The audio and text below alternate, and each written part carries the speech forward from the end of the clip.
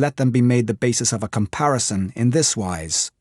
Which of the two sovereigns is imbued with a moral law? Which of the two generals has most ability? With whom lie the advantages derived from heaven and earth? On which side is discipline most rigorously enforced? Which army is stronger? On which side are officers and men more highly trained? In which army is there the greater constancy both in reward and punishment? By means of these 7 considerations, I can forecast victory or defeat. The general that hearkens to my counsel and acts upon it will conquer. Let such a one be retained in command. The general that hearkens not to my counsel nor acts upon it will suffer defeat. Let such a one be dismissed. While heeding the profit of my counsel, avail yourself also of any helpful circumstances over and beyond the ordinary rules. According as circumstances are favourable, one should modify one's plans. All warfare is based on deception. Hence, when able to attack, we must seem unable. When using our forces, we must seem inactive. When we are near, we must make the enemy believe we are far away. When far away, we must make him believe we are near. Hold out baits to entice the enemy. Feign disorder, and crush him. If he is secure at all points, be prepared for him. If he is in superior strength, evade him. If your opponent is of choleric temper, seek to irritate him, pretend to be weak, that he may grow arrogant. If he is taking his ease, give him no rest. If his forces are united, separate them. Attack him where he is unprepared. Appear where you are not expected. These military devices leading to victory must not be divulged beforehand. Now, the general who wins a battle makes many calculations in his temple ere the battle is fought. The general who loses a battle makes but few calculations beforehand. Thus, do many calculations lead to victory, and few calculations to defeat. How much more no calculation at all? It is by attention to this point that I can foresee who is likely to win or lose. 2. Waging war. Sun Tzu said, "In the operations of war, where there are in the field 1,000 swift chariots, as many heavy chariots, and 100,000 mail-clad soldiers with provisions enough to carry them 1,000 li, the expenditure at home and at the front, including entertainment of guests, small items such as glue and paint, and sums spent on chariots and armour, will reach the total of 1,000 ounces of silver per day. Such is the cost of raising an army of 100,000 men. When you engage in actual fighting, if victory is long in coming, then men's weapons will grow dull and their ardour will be damped. If you lay siege to a town, you will exhaust your strength. Again, if the campaign is protracted, the resources of the state will not be equal to the strain. Now, when your weapons are dulled, your ardour damped, your strength exhausted and your treasure spent, other chieftains will spring up to take advantage of your extremity. Then no man, however wise, will be able to avert the consequences that must ensue. Thus, though we have heard of stupid haste in war, cleverness has never been seen associated with long delays. There is no instance of a country having benefited from prolonged warfare. It is only one who is thoroughly acquainted with the evils of war that can thoroughly understand the profitable way of carrying it on. The skillful soldier does not raise a second levy, neither are his supply wagons loaded more than twice. Bring war material with you from home, but forage on the enemy. Thus the army will have food enough for its needs. Poverty of the state exchequer causes an army to be maintained by contributions from a distance. Contributing to maintain an army at a distance causes the people to be impoverished. On the other hand, the proximity of an army causes prices to go up, and high prices cause the people's substance to be drained away. When their substance is drained away, the peasantry will be afflicted by heavy exactions. With this loss of substance and exhaustion of strength, the homes of the people will be stripped bare, and 3/10 of their income will be dissipated. while government expenses for broken chariots, worn-out horses, breastplates and helmets, bows and arrows, spears and shields, protective mantles, draft oxen, and heavy wagons will amount to 4/10 of its total revenue. Hence, a wise general makes a point of foraging on the enemy. 1 cartload of the enemy's provisions is equivalent to 20 of one's own, and likewise, a single pickle of his provender is equivalent to 20 from one's own store. Now, in order to kill the enemy, our men must be roused to anger. That there may be advantage from defeating the enemy, they must have their rewards. Therefore, in chariot fighting, when 10 or more chariots have been taken, those should be rewarded who took the first. Our own flags should be substituted for those of the enemy, and the chariots mingled and used in conjunction with ours. The captured soldiers should be kindly treated and kept. This is called using the conquered foe to augment one's own strength. In war, then, let your great object be victory, not lengthy campaigns. Thus, it may be known that the leader of armies is the arbiter of the people's fate, the man on whom it depends whether the nation shall be in peace or in peril. 3. Attack by stratagem. Sun Tzu said, "In the practical art of war, the best thing of all is to take the enemy's country whole and intact. To shatter and destroy it is not so good. So, too, it is better to recapture an army entire than to destroy it, to capture a regiment, a detachment, or a company entire than to destroy them. Hence, to fight and conquer in all your battles is not supreme excellence. Supreme excellence consists in breaking the enemy's resistance without fighting.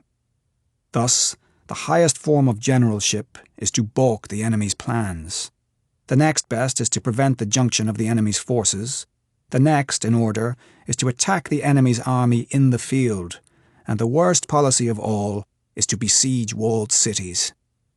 The rule is not to besiege walled cities if it can possibly be avoided. The preparation of mantlets, movable shelters, and various implements of war will take up 3 whole months, and the piling up of mounds over against the walls will take 3 months more. The general, unable to control his irritation, will launch his men to the assault like swarming ants, with the result that 1/3 of his men are slain, while the town still remains untaken. Such are the disastrous effects of a siege.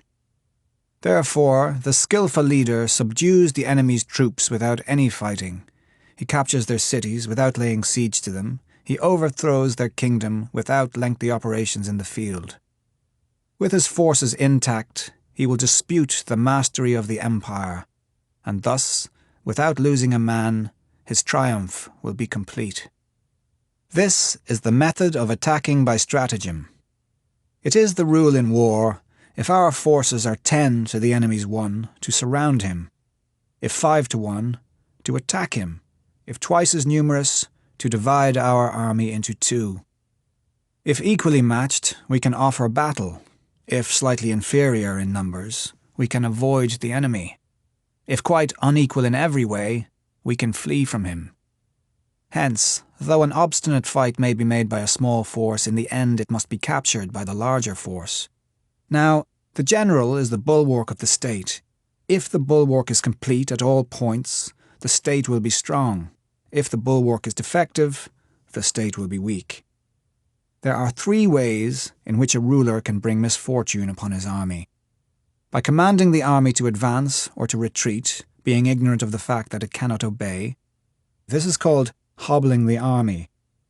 By attempting to govern an army in the same way as he administers a kingdom, being ignorant of the conditions which obtain in an army. This causes restlessness in the soldiers' minds. By employing the officers of his army without discrimination, through ignorance of the military principle of adaptation to circumstances. This shakes the confidence of the soldiers. But when the army is restless and distrustful, trouble is sure to come from the other feudal princes.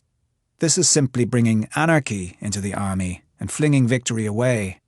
Thus, we may know that there are 5 essentials for victory.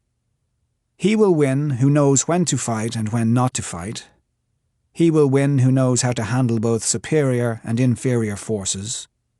He will win whose army is animated by the same spirit throughout all its ranks. He will win who, prepared himself, waits to take the enemy unprepared. He will win who has military capacity and is not interfered with by the sovereign. Hence the saying, "If you know the enemy and know yourself, you need not fear the result of 100 battles. If you know yourself but not the enemy, for every victory gained you will also suffer a defeat. If you know neither the enemy nor yourself, you will succumb in every battle." 4. Tactical dispositions. Sun Tzu said, "The good fighters of old first put themselves beyond the possibility of defeat, and then waited for an opportunity of defeating the enemy. To secure ourselves against defeat lies in our own hands, but the opportunity of defeating the enemy is provided by the enemy himself. Thus, the good fighter is able to secure himself against defeat, but cannot make certain of defeating the enemy. Hence the saying, one may know how to conquer without being able to do it." Security against defeat implies defensive tactics. Ability to defeat the enemy means taking the offensive. Standing on the defensive indicates insufficient strength, attacking a superabundance of strength. The general who is skilled in defence hides in the most secret recesses of the earth. He who is skilled in attack flashes forth from the topmost heights of heaven. Thus, on the one hand, we have ability to protect ourselves, on the other, a victory that is complete. To see victory only when it is within the ken of the common herd is not the acme of excellence. Neither is the acme of excellence if you fight and conquer and the whole empire says, "Well done." To lift an autumn hair is no sign of great strength. To see the sun and moon is no sign of sharp sight. To hear the noise of thunder is no sign of a quick ear. What the ancients called a clever fighter is one who not only wins, but excels in winning with ease. Hence, his victories bring him neither reputation for wisdom nor credit for courage. He wins his battles by making no mistakes. Making no mistakes is what establishes the certainty of victory, for it means conquering an enemy that is already defeated. Hence, the skillful fighter puts himself into a position which makes defeat impossible, and does not miss the moment for defeating the enemy. Thus it is that in war, the victorious strategist only seeks battle after the victory has been won, whereas he who is destined to defeat first fights and afterwards looks for victory. The consummate leader cultivates the moral law and strictly adheres to method and discipline. Thus, it is in his power to control success. In respect of military method, we have, firstly, measurement, secondly, estimation of quantity, thirdly, calculation, fourthly, balancing of chances, fifthly, victory. Measurement owes its existence to earth, estimation of quantity to measurement, calculation to estimation of quantity, balancing of chances to calculation, and victory to balancing of chances. A victorious army opposed to a routed one is as a pound's weight placed in the scale against a single grain. The onrush of a conquering force is like the bursting of pent-up waters into a chasm 1,000 fathoms deep. 5. Energy.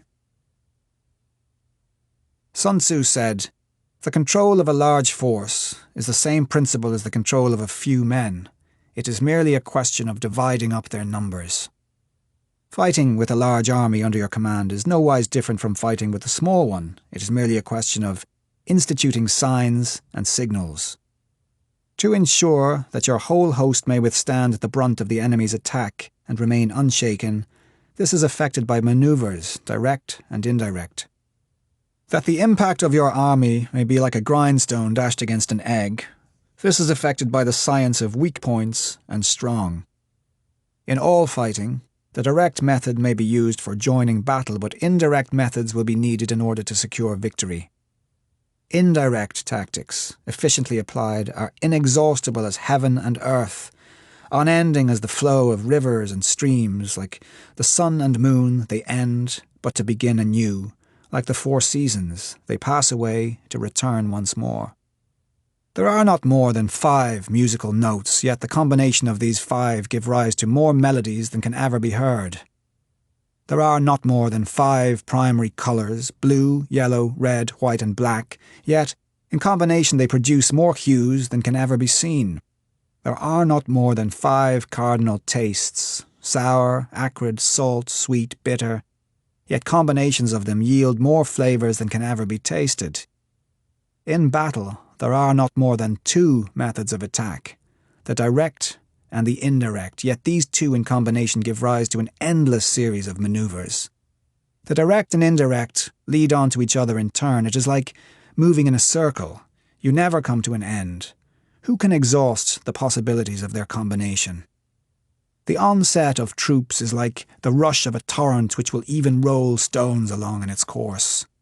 The quality of decision is like the well-timed swoop of a falcon which enables it to strike and destroy its victim.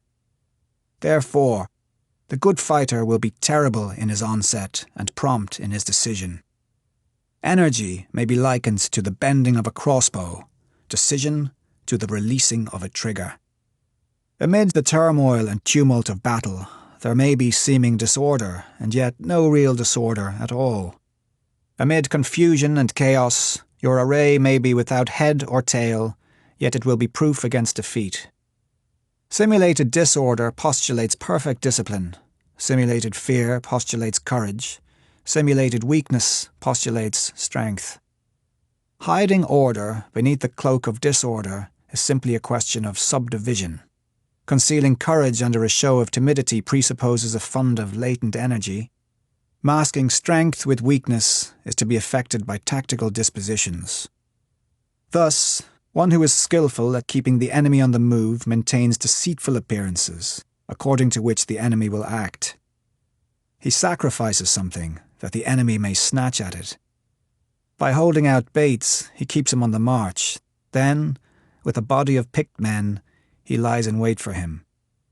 The clever combatant looks to the effect of combined energy and does not require too much from individuals. Hence his ability to pick out the right men and utilize combined energy.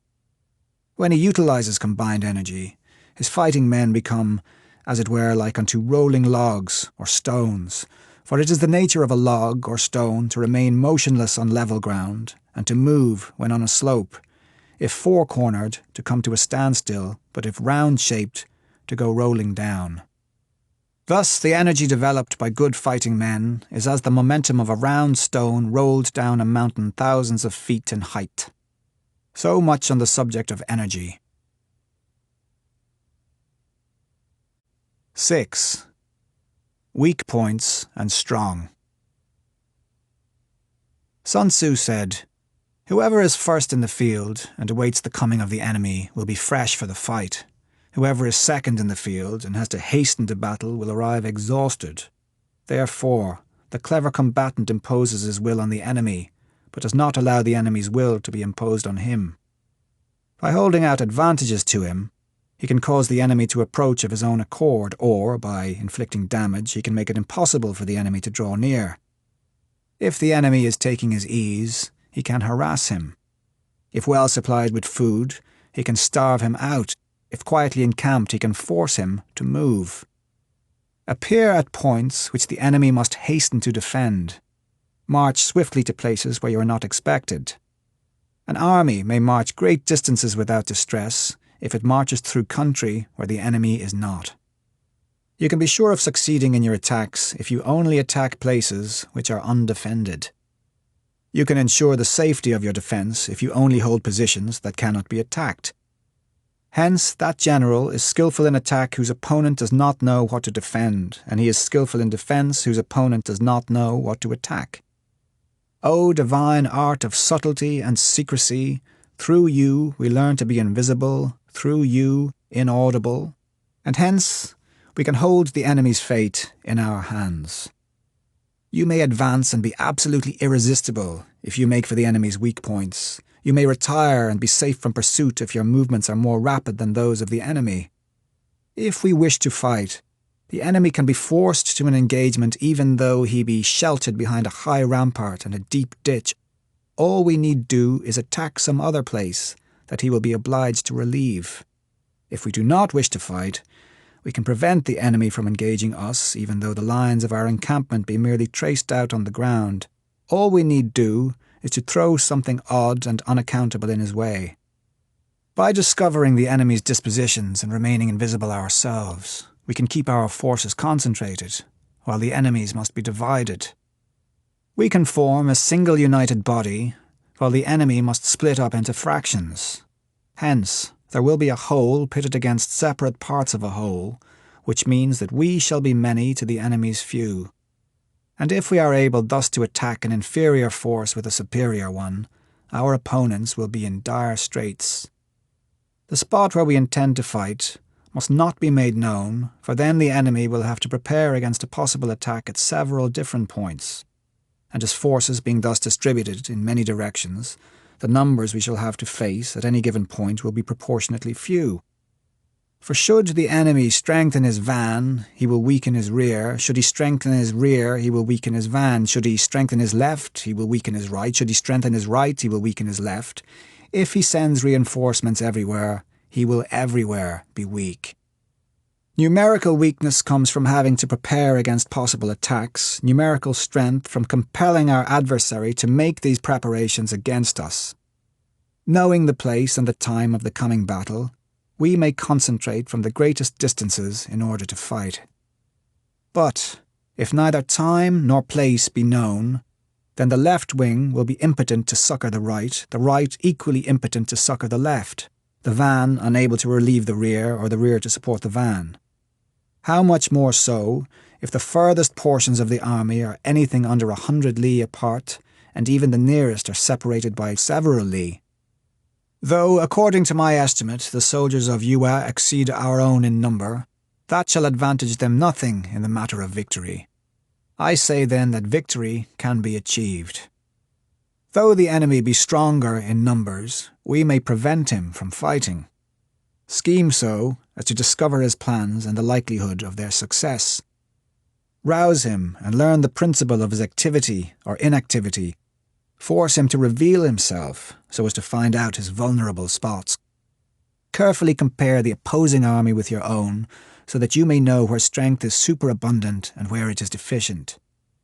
In making tactical dispositions, the highest pitch you can attain is to conceal them. Conceal your dispositions, and you will be safe from the prying of the subtlest spies, from the machinations of the wisest brains. How victory may be produced for them out of the enemy's own tactics, that is what the multitude cannot comprehend. All men can see the tactics whereby I conquer, but what none can see is the strategy out of which victory is evolved. Do not repeat the tactics which have gained you one victory, but let your methods be regulated by the infinite variety of circumstances. Military tactics are like unto water, for water, in its natural course, runs away from high places and hastens downwards. So, in war, the way is to avoid what is strong and to strike at what is weak. Water shapes its course according to the nature of the ground over which it flows. The soldier works out his victory in relation to the foe whom he is facing. Therefore, just as water retains no constant shape, so in warfare there are no constant conditions. He who can modify his tactics in relation to his opponent and thereby succeed in winning may be called a heaven-born captain. The 5 elements, water, fire, wood, metal, earth, are not always equally predominant. The 4 seasons make way for each other in turn. There are short days and long. The moon has its periods of waning and waxing. 7. Maneuvering. Sun Tzu said, "In war, the general receives his commands from the sovereign.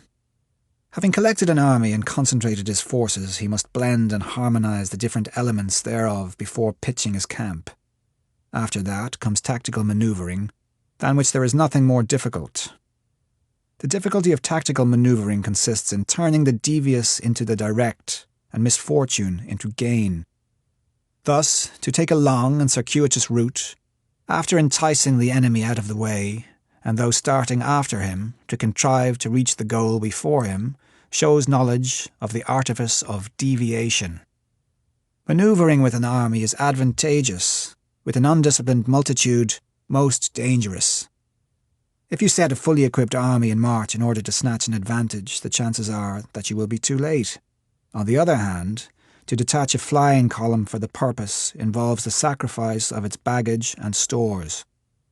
Thus, if you order your men to roll up their buff coats and make forced marches without halting day or night, covering double the usual distance at a stretch, doing 100 li in order to wrest an advantage, the leaders of all your 3 divisions will fall into the hands of the enemy.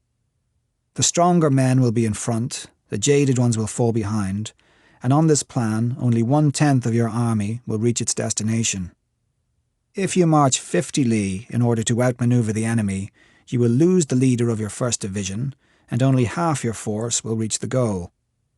If you march 30 li with the same object, 2/3 of your army will arrive. We may take it then that an army without its baggage train is lost, without provisions it is lost, without bases of supply it is lost. We cannot enter into alliances until we are acquainted with the designs of our neighbours. We are not fit to lead an army on the march unless we are familiar with the face of the country, its mountains and forests, its pitfalls and precipices, its marshes and swamps. We shall be unable to turn natural advantage to account unless we make use of local guides. In war, practice dissimulation and you will succeed. Whether to concentrate or to divide your troops must be decided by circumstances. Let your rapidity be that of the wind, your compactness that of the forest. In raiding and plundering, be like fire, in immovability like a mountain. Let your plans be dark and impenetrable as night, and when you move, fall like a thunderbolt. When you plunder a countryside, let the spoil be divided amongst your men. When you capture new territory, cut it up into allotments for the benefit of the soldiery. Ponder and deliberate before you make a move. He will conquer who has learnt the artifice of deviation. Such is the art of manoeuvring. The Book of Army Management says, "On the field of battle, the spoken word does not carry far enough, hence the institution of gongs and drums, nor can ordinary objects be seen clearly enough. Hence the institution of banners and flags. Gongs and drums, banners and flags are means whereby the ears and eyes of the host may be focused on one particular point. The host thus forming a single united body, it is impossible either for the brave to advance alone or for the cowardly to retreat alone. This is the art of handling large masses of men.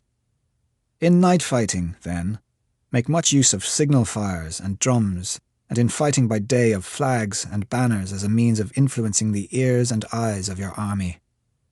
A whole army may be robbed of its spirit, a commander-in-chief may be robbed of his presence of mind. Now, a soldier's spirit is keenest in the morning. By noonday it has begun to flag, and in the evening his mind is bent only on returning to camp. A clever general, therefore, avoids an army when its spirit is keen, but attacks it when it is sluggish and inclined to return. This is the art of studying moods. Disciplined and calm, to await the appearance of disorder and hubbub against the enemy. This is the art of retaining self-possession.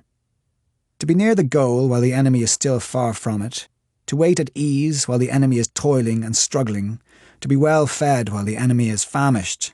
This is the art of husbanding one's strength. To refrain from intercepting an enemy whose banners are in perfect order, to refrain from attacking an army drawn up in calm and confident array, this is the art of studying circumstances. It is a military axiom not to advance uphill against the enemy, nor to oppose him when he comes downhill. Do not pursue an enemy who simulates flight. Do not attack soldiers whose temper is keen. Do not swallow bait offered by the enemy. Do not interfere with an army that is returning home. When you surround an army, leave an outlet free. Do not press a desperate foe too hard. Such is the art of warfare. 8. Variation in tactics. Sun Tzu said, "In war, the general receives his commands from the sovereign, collects his army, and concentrates his forces. When in difficult country, do not encamp. In country where high roads intersect, join hands with your allies. Do not linger in dangerously isolated positions. In hemmed-in situations, you must resort to stratagem. In desperate position, you must fight. There are roads which must not be followed, armies which must be not attacked, towns which must not be besieged, positions which must not be contested, commands of the sovereign which must not be obeyed." The general who thoroughly understands the advantages that accompany variation of tactics knows how to handle his troops. The general who does not understand these may be well acquainted with the configuration of the country, yet he will not be able to turn his knowledge to practical account. So, the student of war who is unversed in the art of war of varying his plans, even though he be acquainted with the 5 advantages, will fail to make the best use of his men. Hence, in the wise leader's plans, considerations of advantage and of disadvantage will be blended together. If our expectation of advantage be tempered in this way, we may succeed in accomplishing the essential part of our schemes. If, on the other hand, in the midst of difficulties we are always ready to seize an advantage, we may extricate ourselves from misfortune. Reduce the hostile chiefs by inflicting damage on them, and make trouble for them, and keep them constantly engaged. Hold out specious allurements, and make them rush to any given point. The art of war teaches us to rely not on the likelihood of the enemy's not coming, but on our own readiness to receive him, not on the chance of his not attacking, but rather on the fact that we have made our position unassailable. There are 5 dangerous faults which may affect a general: recklessness, which leads to destruction; cowardice, which leads to capture; a hasty temper, which can be provoked by insults; a delicacy of honour, which is sensitive to shame; over-solicitude for his men, which exposes him to worry and trouble. These are the 5 besetting sins of a general, ruinous to the conduct of war. When an army is overthrown and its leader slain, the cause will surely be found among these 5 dangerous faults. Let them be a subject of meditation. 9. The army on the march. Sun Tzu said, "We come now to the question of encamping the army and observing signs of the enemy. Pass quickly over mountains and keep in the neighbourhood of valleys. Camp in high places facing the sun. Do not climb heights in order to fight." So much for mountain warfare. After crossing a river, you should get far away from it. When an invading force crosses a river in its onward march, do not advance to meet it in mid-stream. It will be best to let half the army get across and then deliver your attack. If you are anxious to fight, you should not go to meet the invader near a river which he has to cross. Moor your craft higher up than the enemy and facing the sun. Do not move upstream to meet the enemy. So much for river warfare. In crossing salt marshes, your sole concern should be to get over them quickly, without any delay. If forced to fight in a salt marsh, you should have water and grass near you, and get your back to a clump of trees. So much for operations in salt marshes. In dry, level country, take up an easily accessible position with rising ground to your right and on your rear, so that the danger may be in front and safety lie behind. So much for campaigning in flat country. These are the 4 useful branches of military knowledge which enabled the Yellow Emperor to vanquish 4 several sovereigns. All armies prefer high ground to low and sunny places to dark. If you are careful of your men and camp on hard ground, the army will be free from disease of every kind, and this will spell victory. When you come to a hill or a bank, occupy the sunny side with the slope on your right rear. Thus you will at once act for the benefit of your soldiers and utilize the natural advantages of the ground. When, in consequence of heavy rains upcountry, a river which you wish to ford is swollen and flecked with foam, you must wait until it subsides. Country in which there are precipitous cliffs with torrents running between, deep natural hollows, confined places, tangled thickets, quagmires and crevasses, should be left with all possible speed and not approached. While we keep away from such places, we should get the enemy to approach them. While we face them, we should let the enemy have them on his rear. If in the neighbourhood of your camp there should be any hilly country, ponds surrounded by aquatic grass, hollow basins filled with reeds, or woods with thick undergrowth, they must be carefully routed out and searched, for these are places where men in ambush or insidious spies are likely to be lurking. When the enemy is close at hand and remains quiet, he is relying on the natural strength of his position. When he keeps aloof and tries to provoke a battle, he is anxious for the other side to advance. If his place of encampment is easy of access, he is tendering a bait. Movement amongst the trees of a forest shows that the enemy is advancing. The appearance of a number of screens in the midst of thick grass means that the enemy wants to make us suspicious. The rising of birds in their flight is a sign of an ambuscade. Startled beasts indicate that a sudden attack is coming. When there is dust rising in a high column, it is a sign of chariots advancing. When the dust is low but spread over a wide area, it betokens the approach of infantry. When it branches out in different directions, it shows that parties have been sent to collect firewood. A few clouds of dust moving to and fro signify that the army is encamping. Humble words and increased preparations are signs that the enemy is about to advance. Violent language and driving forward as if to the attack are signs that he will retreat. When the light chariots come out first and take up a position on the wings, it is a sign that the enemy is forming for battle. Peace proposals, unaccompanied by a sworn covenant, indicate a plot. When there is much running about and the soldiers fall into rank, it means that the critical moment has come. When some are seen advancing and some retreating, it is a lure. When the soldiers stand leaning on their spears, they are faint from want of food. If those who are sent to draw water begin by drinking themselves, the army is suffering from thirst. If the enemy sees an advantage to be gained and makes no effort to secure it, the soldiers are exhausted. If birds gather on any spot, it is unoccupied. Clamour by night betokens nervousness. If there is disturbance in the camp, the general's authority is weak. If the banners and flags are shifted about, sedition is afoot. If the officers are angry, it means that the men are weary. When an army feeds its horses with grain and kills its cattle for food, and when the men do not hang their cooking pots over the campfires, showing that they will not return to their tents, you may know that they are determined to fight to the death.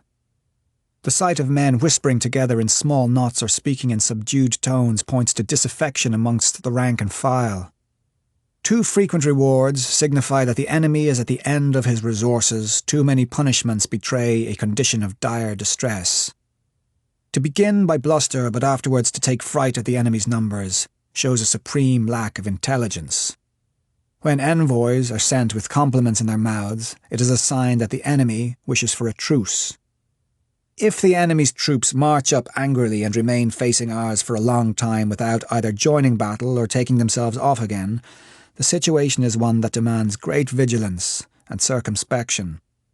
If our troops are no more in number than the enemy, that is amply sufficient. It only means that no direct attack can be made.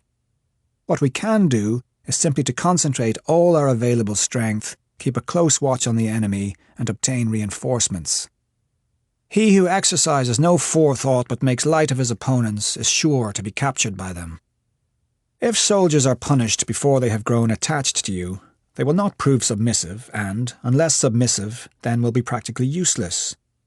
If, when the soldiers have become attached to you, punishments are not enforced, they will still be useless. Therefore, soldiers must be treated in the first instance with humanity, but kept under control by means of iron discipline. This is a certain road to victory. If in training soldiers' commands are habitually enforced, the army will be well disciplined. If not, its discipline will be bad. If a general shows confidence in his men but always insists on his orders being obeyed, the gain will be mutual. 10. Terrain.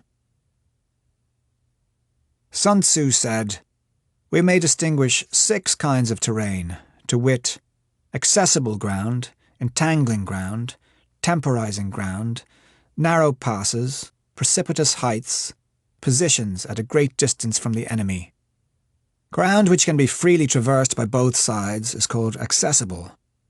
With regard to ground of this nature, be before the enemy in occupying the raised and sunny spots, and carefully guard your line of supplies. Then you will be able to fight with advantage. Ground which can be abandoned but is hard to reoccupy is called entangling. From a position of this sort, if the enemy is unprepared, you may sally forth and defeat him. But if the enemy is prepared for your coming, and you fail to defeat him, then, return being impossible, disaster will ensue. When the position is such that neither side will gain by making the first move, it is called temporizing ground. In a position of this sort, even though the enemy should offer us an attractive bait, it will be advisable not to stir forth, but rather to retreat, thus enticing the enemy in his turn. Then, when part of his army has come out, we may deliver our attack with advantage. With regard to narrow passes, if you can occupy them first, let them be strongly garrisoned and await the advent of the enemy. Should the army forestall you in occupying a pass, do not go after him if the pass is fully garrisoned, but only if it is weakly garrisoned. With regard to precipitous heights, if you are beforehand with your adversary, you should occupy the raised and sunny spots, and there wait for him to come up. If the enemy has occupied them before you, do not follow him, but retreat and try to entice him away. If you are situated at a great distance from the enemy and the strength of the 2 armies is equal, it is not easy to provoke a battle, and fighting will be to your disadvantage. These are the 6 principles connected with earth. The general who has attained a responsible post must be careful to study them. Now, an army is exposed to 6 several calamities not arising from natural causes, but from faults for which the general is responsible. These are flight, insubordination, collapse, ruin, disorganization, rout.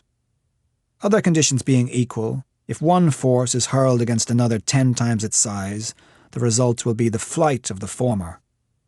When the common soldiers are too strong and their officers too weak, the result is insubordination. When the officers are too strong and the common soldiers too weak, the result is collapse. When the higher officers are angry and insubordinate, and on meeting the enemy give battle on their own account from a feeling of resentment before the commander-in-chief can tell whether or no he is in a position to fight, the result is ruin. When the general is weak and without authority, when his orders are not clear and distinct, when there are no fixed duties assigned to officers and men, and the ranks are formed in a slovenly haphazard manner, the result is utter disorganization.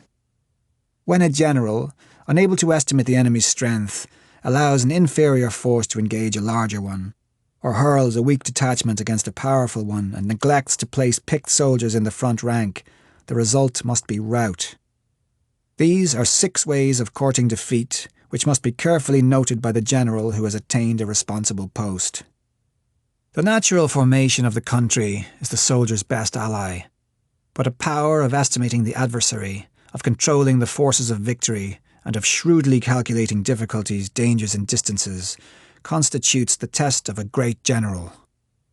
He who knows these things, and in fighting puts his knowledge into practice, will win his battles. He who knows them not, nor practices them, will surely be defeated. If fighting is sure to result in victory, then you must fight, even though the ruler forbid it. If fighting will not result in victory, then you must not fight, even at the ruler's bidding.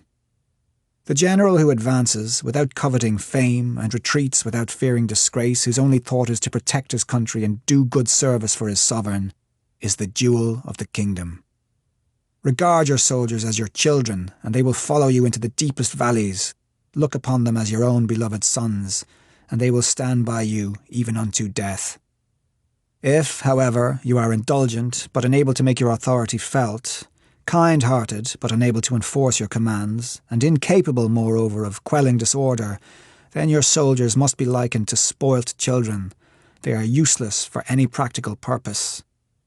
If we know that our own men are in a condition to attack, but are unaware that the enemy is not open to attack, we have gone only halfway towards victory. If we know that the enemy is open to attack, but are unaware that our own men are not in a condition to attack, we have gone only halfway towards victory. If we know that the enemy is open to attack and also know that our men are in a condition to attack, but are unaware that the nature of the ground makes fighting impracticable, we have still gone only halfway towards victory. Hence the experienced soldier, once in motion, is never bewildered. Once he has broken camp, he is never at a loss. Hence the saying, "If you know the enemy and know yourself, your victory will not stand in doubt. If you know heaven and know earth, you may make your victory complete." 11. The 9 situations. Sun Tzu said, "The art of war recognizes 9 varieties of ground: dispersive ground, facile ground, contentious ground, open ground, ground of intersecting highways, serious ground, difficult ground, hemmed-in ground, desperate ground." When a chieftain is fighting in his own territory, it is dispersive ground. When he has penetrated into hostile territory, but to no great distance, it is facile ground. Ground, the possession of which imports great advantage to either side, is contentious ground. Ground on which each side has liberty of movement is open ground. Ground which forms the key to 3 contiguous states, so that he who occupies it first has most of the empire at his command, is a ground of intersecting highways. When an army has penetrated into the heart of a hostile country, leaving a number of fortified cities in its rear, it is serious ground. Mountain forests, rugged steeps, marshes and fens, all country that is hard to traverse, this is difficult ground. Ground which is reached through narrow gorges and from which we can only retire by tortuous paths, so that a small number of the enemy should suffice to crush a large body of our men, this is hemmed-in ground. Ground on which we can only be saved from destruction by fighting without delay is desperate ground. On dispersive ground, therefore, fight not. On facile ground, halt not. On contentious ground, attack not. On open ground, do not try to block the enemy's way. On the ground of intersecting highways, join hands with your allies. On serious ground, gather in plunder. In difficult ground, keep steadily on the march. On hemmed-in ground, resort to stratagem. On desperate ground, fight. Those who are called skillful leaders of old knew how to drive a wedge between the enemy's front and rear, to prevent cooperation between his large and small divisions, to hinder the good troops from rescuing the bad, the officers from rallying their men. When the enemy's men were united, they managed to keep them in disorder. When it was to their advantage, they made a forward move when otherwise they stopped still. If asked how to cope with a great host of the enemy in orderly array and on the point of marching to the attack, I should say, begin by seizing something which your opponent holds dear. Then he will be amenable to your will. Rapidity is the essence of war. Take advantage of the enemy's unreadiness. Make your way by unexpected routes and attack unguarded spots. The following are the principles to be observed by an invading force. The further you penetrate into a country, the greater will be the solidarity of your troops, and thus the defenders will not prevail against you. Make forays in fertile country in order to supply your army with food. Carefully study the well-being of your men and do not overtax them. Concentrate your energy and hoard your strength. Keep your army continually on the move and devise unfathomable plans. Throw your soldiers into positions whence there is no escape, and they will prefer death to flight. If they will face death, there is nothing they may not achieve. Officers and men alike will put forth their uttermost strength. Soldiers, when in desperate straits, lose the sense of fear. If there is no place of refuge, they will stand firm.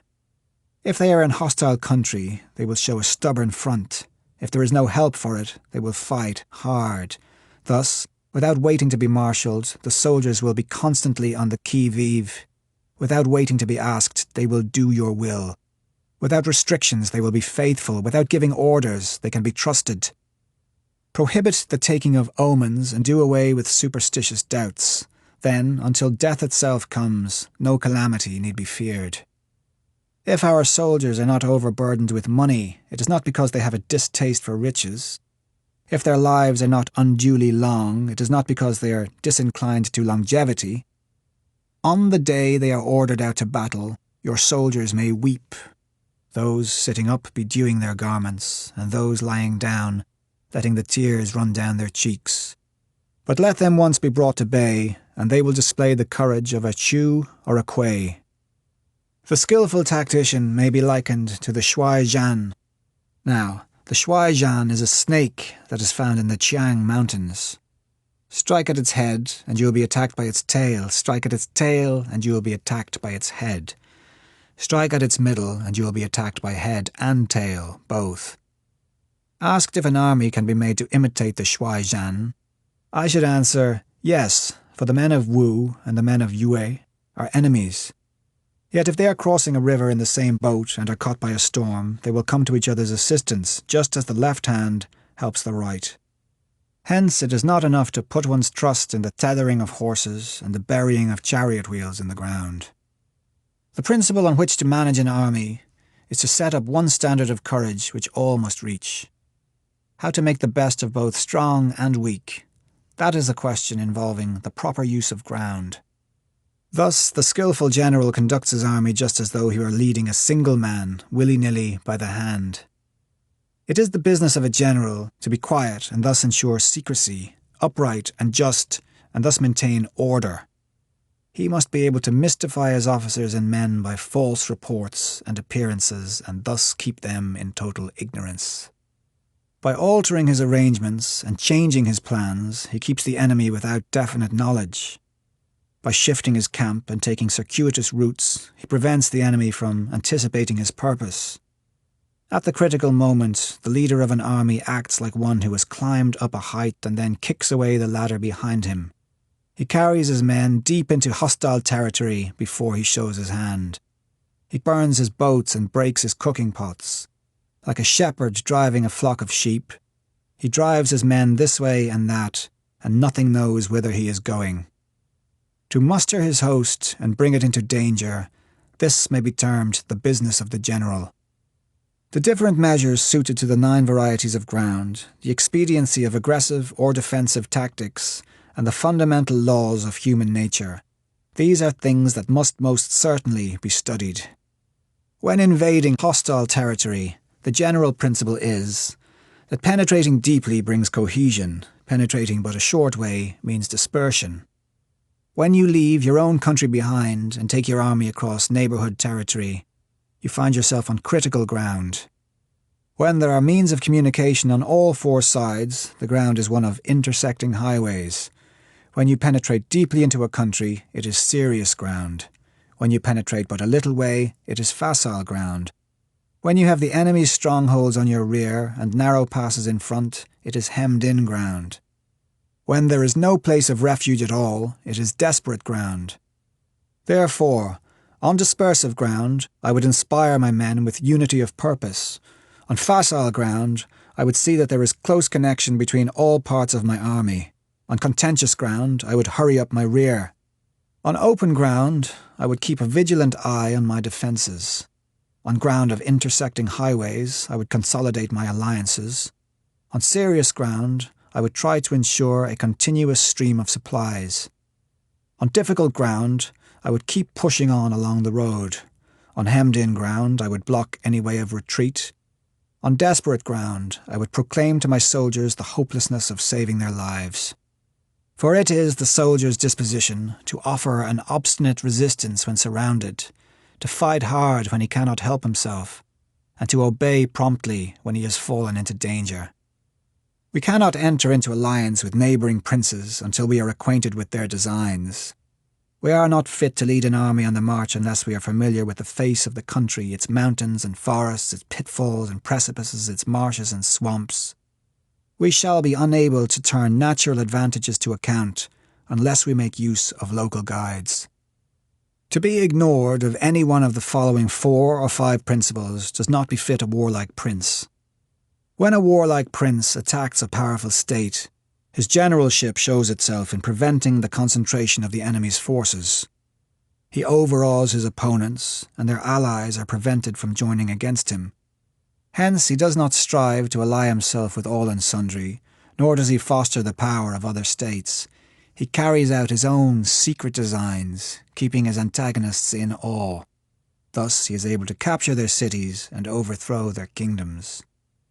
Bestow rewards without regard to rule. Issue orders without regard to previous arrangements, and you will be able to handle a whole army as though you had to do with but a single man. Confront your soldiers with the deed itself. Never let them know your design. When the outlook is bright, bring it before their eyes, but tell them nothing when the situation is gloomy. Place your army in deadly peril, and it will survive. Plunge it into desperate straits, and it will come off in safety. For it is precisely when a force has fallen into harm's way that it is capable of striking a blow for victory. Success in warfare is gained by carefully accommodating ourselves to the enemy's purpose. By persistently hanging on the enemy's flank, we shall succeed in the long run in killing the commander-in-chief. This is called ability to accomplish a thing by sheer cunning. On the day that you take up your command, block the frontier passes, destroy the official tallies, and stop the passage of all emissaries. Be stern in the council chamber so that you may control the situation. If the enemy leaves a door open, you must rush in. Forestall your opponent by seizing what he holds dear and subtly contrive to time his arrival on the ground. Walk in the path defined by rule, and accommodate yourself to the enemy until you can fight a decisive battle. At first, then, exhibit the coyness of a maiden until the enemy gives you an opening. Afterwards, emulate the rapidity of a running hare, and it will be too late for the enemy to oppose you. 12. The attack by fire. Sun Tzu said, "There are 5 ways of attacking with fire. The first is to burn soldiers in their camp. The second is to burn stores. The third is to burn baggage trains. The fourth is to burn arsenals and magazines. The fifth is to hurl dropping fire amongst the enemy. In order to carry out an attack, we must have means available. The material for raising fire should always be kept in readiness. There is a proper season for making attacks with fire and special days for starting a conflagration. The proper season is when the weather is very dry. The special days are those when the moon is in the constellations of the sieve, the wall, the wing, or the crossbar. For these 4 are all days of rising wind. In attacking with fire, one should be prepared to meet 5 possible developments. When fire breaks out inside the enemy's camp, respond at once with an attack from without. If there is an outbreak of fire but the enemy's soldiers remain quiet, bide your time and do not attack. When the force of the flames has reached its height, follow it up with an attack, if that is practicable. If not, stay where you are. If it is possible to make an assault with fire from without, do not wait for it to break out within, but deliver your attack at a favourable moment. When you start a fire, be to windward of it. Do not attack from the leeward. A wind that rises in the daytime lasts long, but a night breeze soon falls. In every army, the 5 developments connected with fire must be known, the movements of the stars calculated, and a watch kept for the proper days. Hence, those who use fire as an aid to the attack show intelligence. Those who use water as an aid to the attack gain an accession of strength. By means of water, an enemy may be intercepted, but not robbed of all his belongings.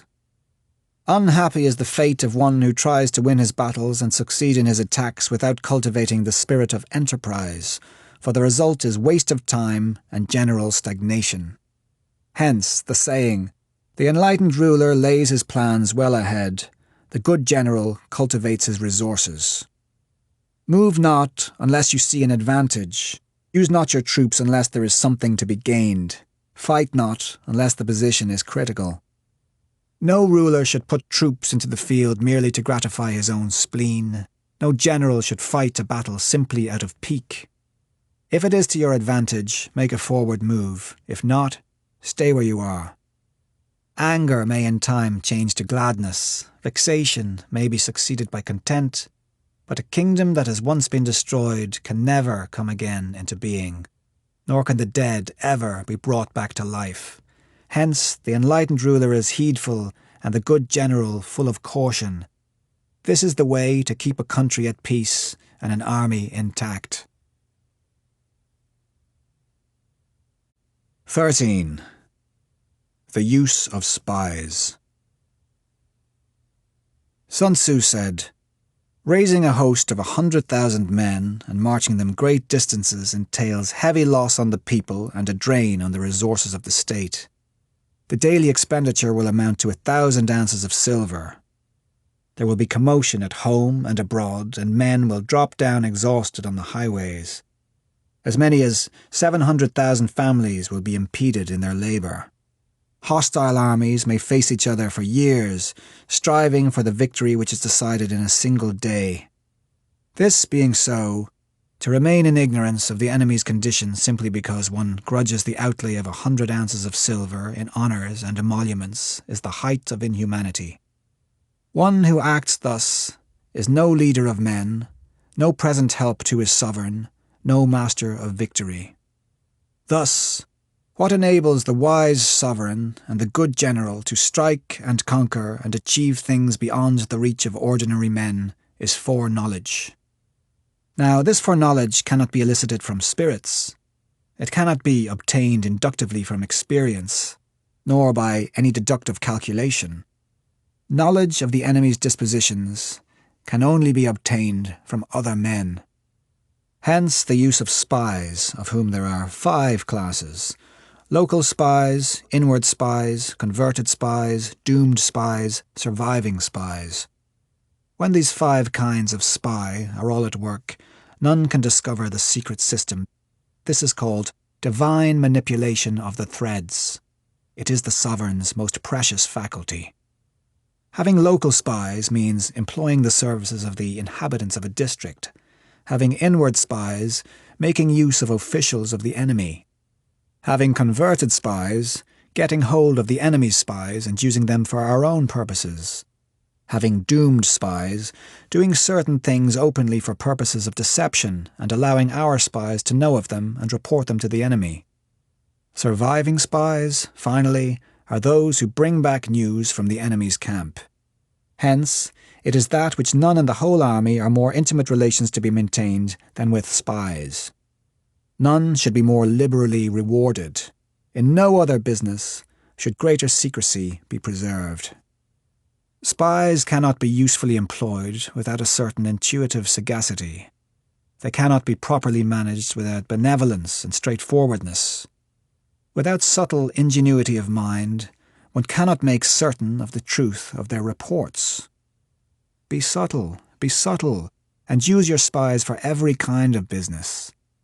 If a secret piece of news is divulged by a spy before the time is ripe, he must be put to death together with the man to whom the secret was told.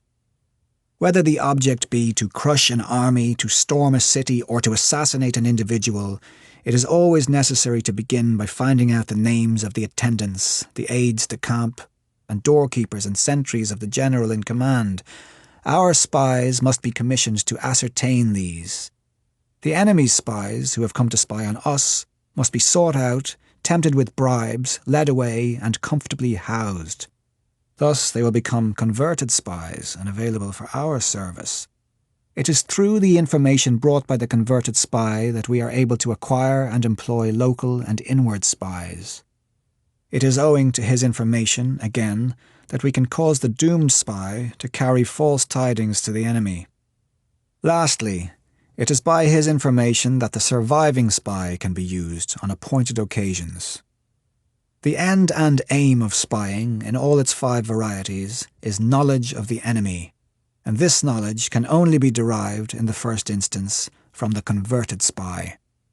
Hence, it is essential that the converted spy be treated with the utmost liberality. Of old, the rise of the Yin dynasty was due to Ija, who had served under the Xia. Likewise, the rise of the Zhou dynasty was due to Liu Ya, who had served under the Yin. Hence, it is only the enlightened ruler and the wise general who will use the highest intelligence of the army for purposes of spying, and thereby they achieve great results. Spies are a most important element in war, because on them depends an army's ability to move. This has been an Audible Studios production of The Art of War, written by Sun Tzu, translated by Lionel Giles, performed by Aidan Gillen. Executive producers Will Snape and Mike Charzik. Producer Mike Charzik. Directed by Fleet Cooper. Mixed and mastered by Darren Vermaz. Music by Michael Whalen. Production copyright 2015 by Audible Inc. Audible Studios is a division of Audible Inc.